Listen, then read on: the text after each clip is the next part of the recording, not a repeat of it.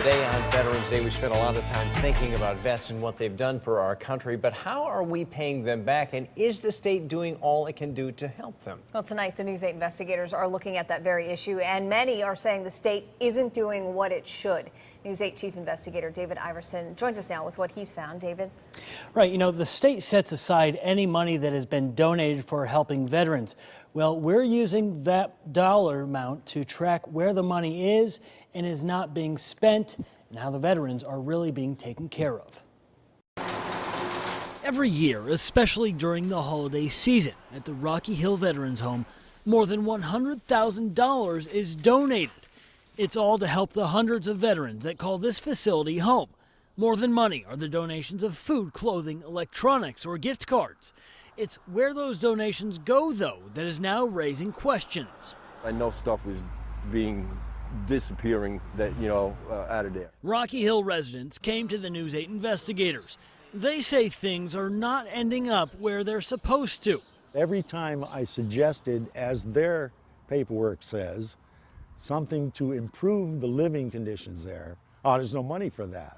Vietnam veteran William Foisey worked with the Veterans Council, a group of veterans that helps decide what residents need inside the facility. He said veterans are in need, but don't have to be.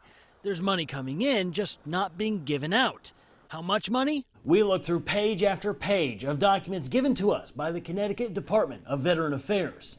Based on the money that was in the donation accounts and what has been spent, the department spent just 47 cents of every dollar donated from fiscal year 2012. And last year, the department spent just 54 cents of every dollar they had in their donation coffers.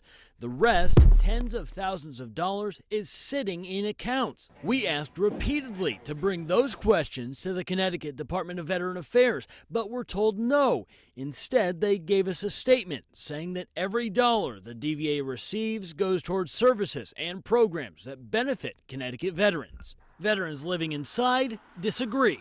And to me, that's outright misleading, if not the big LIE word. We weren't taking no for an answer. We stopped by an event at the Veterans Home to ask Commissioner Linda Schwartz our questions anyway. If you want to talk about this sometime when I'm prepared, I'm not prepared to address this issue. We've asked your office several times for an interview. I am not aware of that. The taxpayers who pay the bill are not aware of what goes on there. And again, it's because there's no access for them to get that information.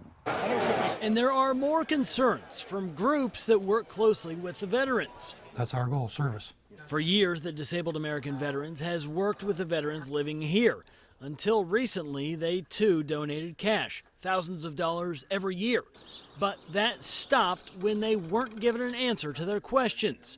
Where was the money going? How exactly was it being spent? Nobody could really give us a straight answer, so we said, okay, that's enough of the cash. Now, Disabled American Veterans gives gift cards or takes the veterans on trips. They've removed the state from the process. But according to one person working inside, even those donations of clothes and electronics and gift cards might not be safe. Her sisters and her mom or whoever would go in there and sit there, and then when they left, they would leave with bags that they didn't walk in there with. Warren Reed says there are still unanswered questions about what happened inside a distribution point. Donations were brought in but never given to veterans. Reed says hundreds of donations simply disappeared. Over the years, I wouldn't doubt it's triple digits. Reed says he was told by state employees to hand out used items and leave the new ones alone. So I made sure that the veterans were getting new stuff instead of, old, worn, used stuff. Now, that last allegation is something we wanted to talk with Commissioner Schwartz about. We again asked today for that interview. We have not yet heard back. Again, the Department of Veteran Affairs said they have no knowledge of anything disappearing from inside the facility.